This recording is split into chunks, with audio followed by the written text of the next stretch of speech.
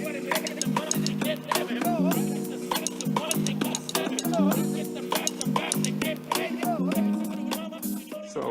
here we go.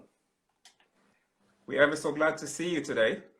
So am I. Thank you so much for inviting me. I'm really, really happy and honored to be here. The honor is all ours, trust me, really all ours. I know you're very busy, and it's you know, a treat to have you today. Thank you. I know you're busy too, and thank you for having me among all the people you've invited before. Thanks a lot. So let's get started. Yeah. Ladies and gentlemen, welcome. You're coming in. A lot of you are coming in. Really good to see you. I will introduce our host today, our guest today. Rokhaya Diallo is a French journalist, writer, and award-winning filmmaker, widely recognized for her work, which dismantles barricades of racism and sexism through the promotion of equality and pluralism. TV host and pundit of several French and international networks, Rokhaya is also a contributor to several newspapers and magazines. She has also several documentaries, including the award-winning Steps to Liberty. She co-founded The Invisibles, which awards through the Yabon Awards ceremony, the best, listen to this, racist statement made by a French public figure every year. Her next documentary, Où sont les Noirs, Where the Blacks Are, coming on in 2020, I can't wait to see it, critically questions the place given to Black actors and actresses on French screens. She also authored, she's also the author of several books, including Racism, Mode d'Emploi, Ordinary Racism Shorts, Ne reste pas à ta place, Comment arriver là où personne ne t'attend, Don't try to fit in, and La France, tu l'aimes ou tu la fermes. France, love it or shut it, released in 2019.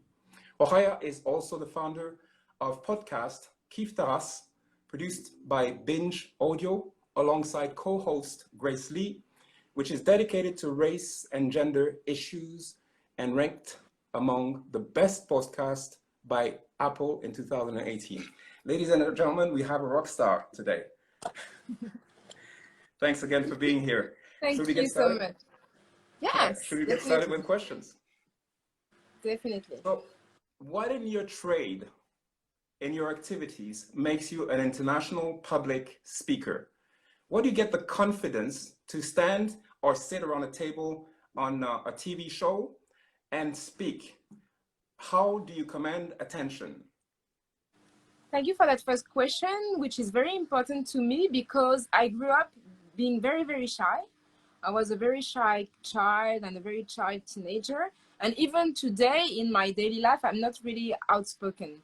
The thing is that I think I learned to speak because I really wanted to stand for certain issues.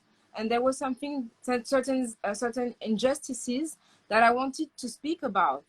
And my voice was guided by the fact that I wanted to say precise things and to tackle, you know, precisely certain issues, naming racism, sexism. So I was mostly driven by my convictions. And the first time I went on TV, I was intimidated, but at the same time, I really, really wanted to point out some questions. And when I speak out, I think I'm not conscious about my surrounding anymore. I'm just focused on what I have to say and what I need to say. And that's what made me able to be, you know, to sit on a table and to go on TV and to speak out, because I have like that idea that is very important to speak, and I'm focused on that aspect of my speaking. Yeah, impressive. So, you know, equality is something that's very, very important for you from an early age. I understand that. You are a world-renowned French journalist, writer, activist, with a strong focus on gender, race, and sexism, as well as a film director, to name just a few of your incredible number of skills. What is your story? So I was born and raised in Paris to a Senegalese family. My parents came in France in the early and mid 70s, and my brother and I were born here in Paris. So I was in a working class family, and but we are only two kids, and my parents, even if they were from the working class, they were very they really put much importance on our studies. So I grew up being a very good student, and my parents pushing us to go to go very far in our studies. So after high school, I studied the law, and then I went to a business school, but it didn't really interest me. I wanted to work on a more cultural area. So I went back to the university, to La Sorbonne, and then I studied like marketing and distribution in TV production. And at the same time, during my studies, I was very interested in equality issues. So through the work of women who are intellectuals like Naomi Klein, who is a Canadian journalist and who works on globalization and the negative aspects of globalization, and with the work of Aminata Traoré, who used to be the Malian Minister of Culture and who is an activist and intellectual about the relationship between the North and the South and the depth of the African continent. I became aware of the injustices, but on a global level. And at the same time, I got interested into feminism and anti-sexism. So I just got to a feminist organization. And actually, racism came very late because, as I told you, I grew up in Paris, in the northeast of Paris. For those who knows the city, it's very working class and very diverse. So growing up there and then in the suburbs, so in La Courneuve, which is a city that is 4 kilometers far from Paris, but very poor, there were many people from the minorities. So I was not the only one. And my race, me being Black, was not really an issue. It didn't single me out from the other people. But the more I advanced in my studies, the less there were people looking like me. And at some point, I realized that I was Black. I knew that I was Black, but I didn't really knew the social meaning of being Black and French. And that's the moment in my life when people started to ask me, where are you from? And I'm okay with having a family from Senegal, but I've never been elsewhere than in France because I grew up here. I've never lived anywhere else.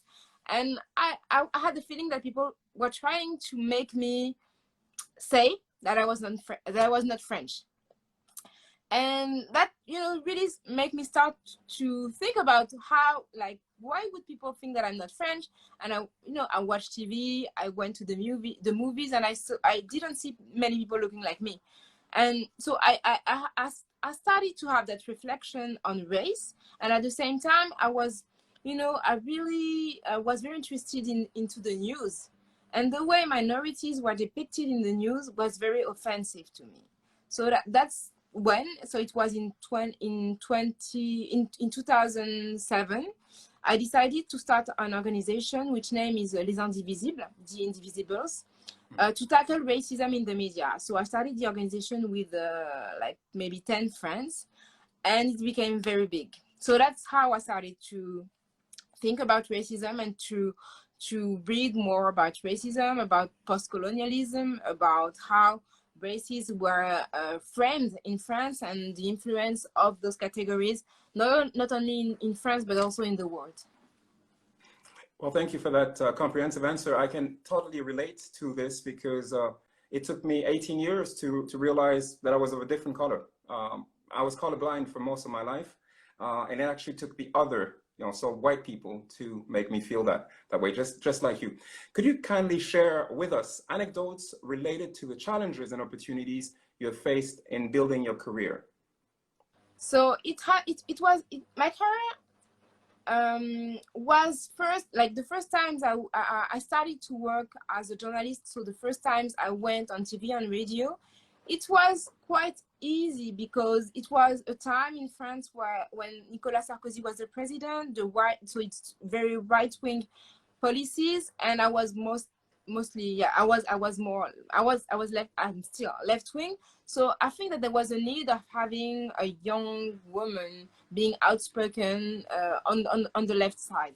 But then the left arrived in power and racism was still there. So I continued to tackle racism and it was not okay anymore. So it became difficult once I started to say that, you know, racism was not something that belonged to only one part of the political landscape. It was something that was visible on all the spectrum. And I can share an anecdote about something that happened to me 2 years ago. 2 years and a half ago, actually. I was appointed to be part of the National Digital Council in France. So it's a position that is volunteer and unpaid. And it's a body that give advices to the government about digital policies. So I was appointed to work mostly on digital inequalities and cyberbullying. So once the announcement of our appointment, we were 30 in the body, was made by the Prime Minister. So it was a decree that was signed by the Prime Minister. Once the announcement was made public, a national controversy started in France. So MP from the right wrote an open letter to the Prime Minister to say that it was not acceptable to have me in a public institution. And the reason why it was not acceptable, according to her, was because I was saying that there was institutional racism in France. And it was not acceptable to tackle institutional racism and at the same time be part of an institution. So the government, instead of standing with me, they backed up, and the Minister of Digital wrote a press release to say that, he asked to the head of the council to give him a new list of people that would be acceptable. And everybody understood that the list shouldn't include me. And it became like a major national controversy. It was like, to me, it was really shocking because ever since I watched TV, I listened to the radio, there was a debate about me and if it was okay to have me in a public institution. At some point, the head of the council decided to resign, and we all resigned with her. So like 28 of the 30 members of the council. And it was such, like, to me, it made my point, because I was a black woman saying that there was institutional racism in France. The government wasn't okay with that, and they asked my removal from a public institution, and me being one of the few people of color in that body. So it was a very instructive anecdote, because at some point the head of the council, Marie Eklund, decided to go on my side and to resign, and we all resigned in solidarity. But that was very shocking because the government was involved, the presidency was involved, and they all wanted me to be off the council. Wow. That as a human experience must have been difficult, but it's pretty amazing, but not surprising to me anyhow. What is it like to, one, be representing the minority as a black woman in a world of mostly white men and women, and two, having to make your experience heard by journalists and other members of the civil society who obviously don't experience being a black woman? So your question is very interesting, because I speak for myself, and I tend to say that I don't represent anyone else than myself. But there are so few minorities on screen that I know that I get much attention from people who look like me. So I know that I need to be careful and not to make mistakes, because, as racism operates, whenever I make a mistake, it's attributed to to all the people who look like me. So I really have to be careful and to be accurate on everything I say. So there is this kind of pressure that is difficult.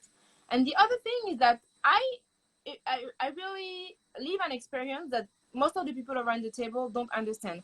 I can share an example about that. I just posted on Twitter a video clip of a debate I had, I think it was yesterday, or maybe, yeah, it was yesterday. And we were speaking about colorism.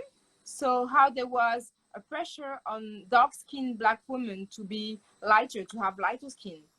And so I was telling about that, and I was telling about a singer, Aya Nakamura, a French singer, who was told at the beginning of her career that she should get her skin lighter, should get her skin lighter in order to be successful.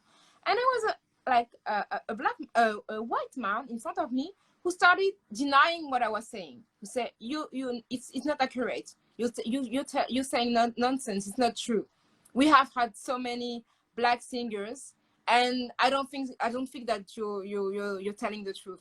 And I was so shocked. I was like, so there is a white man telling me what my experience is, and not listening to me sharing something that I know because I've experienced it personally and I've worked on it. I've written 10 books about race, feminism, and it was like so easily able to just like how can I say that, to just deny my what I was telling. So the clip is on my Twitter platform. It's in French, but even if you don't speak French, just see the body language. It's very, very, very telling. I'm gonna go have a look, but I fully empathize with what you're saying. It's okay. Won't say more. We have listeners around the world, in America, Europe, Africa, and Asia. What advice would you give to those among them who are aspiring writers, activists, or filmmakers? I would say that you never know your potential until you reach it. Like I you know, as I told you, I was trained in law school, and I was very interested in creation, in culture, but I didn't know what I was able to do. And when I was approached for the first time to write my first book 10 years ago, more than 10 years ago, I was kind of scared because I wasn't sure to be able to write a whole book. And I wasn't sure that what I had to say was interesting enough to be in a book. And at some point, I asked myself, if someone trusts you to write a book, why wouldn't you trust yourself? And if I didn't accept that challenge, I would never have known how I liked to write and how I was able to write, you know, in so many different ways. Because my first book was an essay, but after that, I wrote a graphic novel with Kim Consigny, who is an illustrator. I also write a book with a photographer. So I wrote in very different ways. And to me, trying to trust people who trust you and trying to go in areas where you feel like you're not really comfortable and to challenge yourself is a good way to just reach a part of your potential. Excellent. So some of our listeners are French, and nous faisons ces émissions en anglais systématiquement. On va poser quand même une question en français à Rokhaya. Que représente l'innovation pour toi et comment est-ce que tu apprends continuellement? That's for our French speakers. Please, the English speakers, just bear with us. Alors, l'innovation, pour moi, c'est vraiment le fait d'arriver à créer en dehors des carcans, en dehors des canons préétablis. Et moi, en réalité, pour apprendre de manière continuelle, je considère toujours que mes croyances sont temporaires. Et je me dis que déjà, je fais beaucoup confiance en la jeunesse. Donc, j'écoute beaucoup ce que disent les jeunes. Je vois beaucoup de gens de ma génération qui commencent à dire oui, les jeunes, on ne les comprend plus, on ne peut plus rien dire, etc. Et je trouve que c'est comme ça qu'on vieillit très mal. Je pense qu'on a toujours à apprendre des plus jeunes générations, qu'elles créent aussi des questionnements qu'on ne se posait pas forcément. Et j'essaie aussi d'apprendre des gens qui sont différents de moi. C'est-à-dire qu'il y a des questions qui ne me concernent pas directement, comme l'homophobie, comme la transphobie. Mais j'essaie vraiment d'écouter les personnes qui sont transgenres, les personnes qui sont homosexuelles, les personnes qui sont asiatiques, qui sont roms, par rapport à leur expérience, pour pouvoir moi-même apprendre. Et c'est vraiment en me remettant continuellement en question, en remettant mes croyances en question, que j'essaie d'avancer. C'est pas parce que je les remets en question que je change d'avis, mais les remettre en question, ça me permet de garder une certaine humilité par rapport à l'apprentissage. Super, merci. A last word in French. Mesdames et messieurs, nous sommes une société anglaise, même si nous sommes d'origine d'Afrique du Bénin et du Sénégal pour Nadia et moi. Et donc, nous faisons des émissions en anglais. So we'll carry on in English. In the face of the current discussions around race, diversity, and inclusion, what are some of your insights?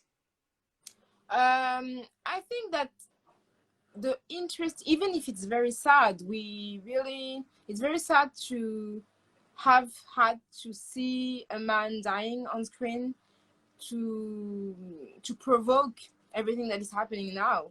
But at the same time, it made many people able to understand that racism was a global phenomenon. So it's something that happens in the US, but the ideology of racism comes from slavery, comes from colonialism, and all the European nations were part of that phenomenon. So the US were created by Europeans. And France, my country, is present on the American soil with the French department, the French overseas department like Martinique, Guadeloupe, or the French Guyana. So it means that we are all impacted by what happened centuries ago, and racism is still operating on our territories. And there have been for a long time, and still there is still much denial about racism in France, and it's a topic that is still difficult to debate and to discuss. But the pressure that has been pushed by the US activists is also operating here in France, and I think it's a good thing. And I think that it's a way for us to rediscover all the intellectuals who have worked on French racism that have been forgotten. And I think that we are not the US. We don't live the same things. We don't experience the same racism. But so we need to think about racism in our own terms. So I think we're living a very interesting times. Yeah. Yeah, I really, I can empathize with, I lived in France for a number of years, and I was faced with racism. That's where I learned about racism. And I think we shouldn't escape the discussion. We should face it and find solutions together. And I think most Africans that I know are actually quite peaceful. And we want to approach it in a peaceful manner. The past is the past. Nothing can be done about the past. We need to move forward. So thank you for your insights on this. What insights could you provide about the issue of race in France specifically? You've said a few things on it. I have noticed that the French press is speaking a lot about George Floyd's death, and they comment about it. But how about issues of race, gender, and sexism in France? Thank you. You're asking a very interesting question, because I'm fascinated by the way the French media are always able to describe very precisely racism when it happens in the US. Like they are very precise in the vocabulary to tell about institutional racism or systemic racism in the US. But when it comes to France, there is no more, the words they don't use the same terms. Like there is the majority would say that there is no racism, no systemic racism, for example, in France. And what happened after the death of George Floyd is that French activists decided to have protests in the French streets to say George Floyd's case is tragic, but we do experience the same police brutality in France. Yeah. And we have people like Adama Traoré, who died in the hands of the police, the gendarme. So it's a military police. 4 years ago, he suffocated under the weight of 3 officers, and we need to address that in the same terms as we address racism in the US. And I could tell that there was much resistance from not only the French media, but also the French politicians. For example, Christophe Castaner, who is the Minister of Interior, said that France wasn't the US. So of course we're not the US, but we still are dealing with racism. And there is still a resistance to speak about white privilege, to speak about systemic racism, to speak about our history of colonialism, of slavery. And I can tell that there is a change now, because the activists, especially the Comité Adama, who is the committee in charge of seeking for justice about the case of Adama Traoré. They are pushing the debate, and they are really forcing the media and the politicians to address racism. Even if they deny it, at least they have to speak about it. And it's something I think that we are at a turning point now in France. I've been working about those issues for 10 years, more than 10 years. And it's the first time in my life that I see so many mainstream debates about racism in those terms. And it's something, to me, that that will stay. We are really witnessing a change. And I think that the terms of the debate will change over the next years. I admire you because I watch a lot of. I've been watching over the past few weeks a lot of the newscast and the debates in which you are, and you're always alone as a Black woman, but you're also alone as a woman most of the time. It's mostly journalists, but you're always very diplomatic and under control. You must be a bit British in the way you look at things. So this debate on Instagram for us is always centered around public speaking, and you're a great public speaker. What tips about public speaking, writing, the film industry, and or entrepreneurship would you give to our audience? Thank you so much for your words and for your support. I would say that, as you said, I'm very often the only woman, and almost all the time the only person of color around the table on TV debates and even on radio debates. And I would say that the thing I really have to do is to work.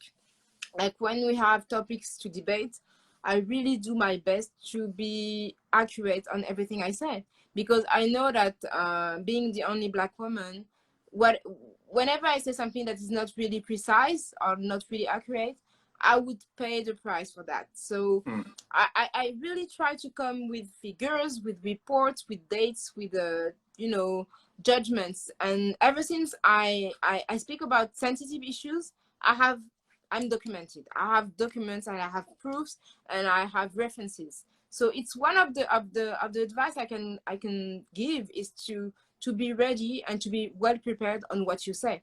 And once you know your topic, it's easier to speak, because you know that you have, you can challenge people who try to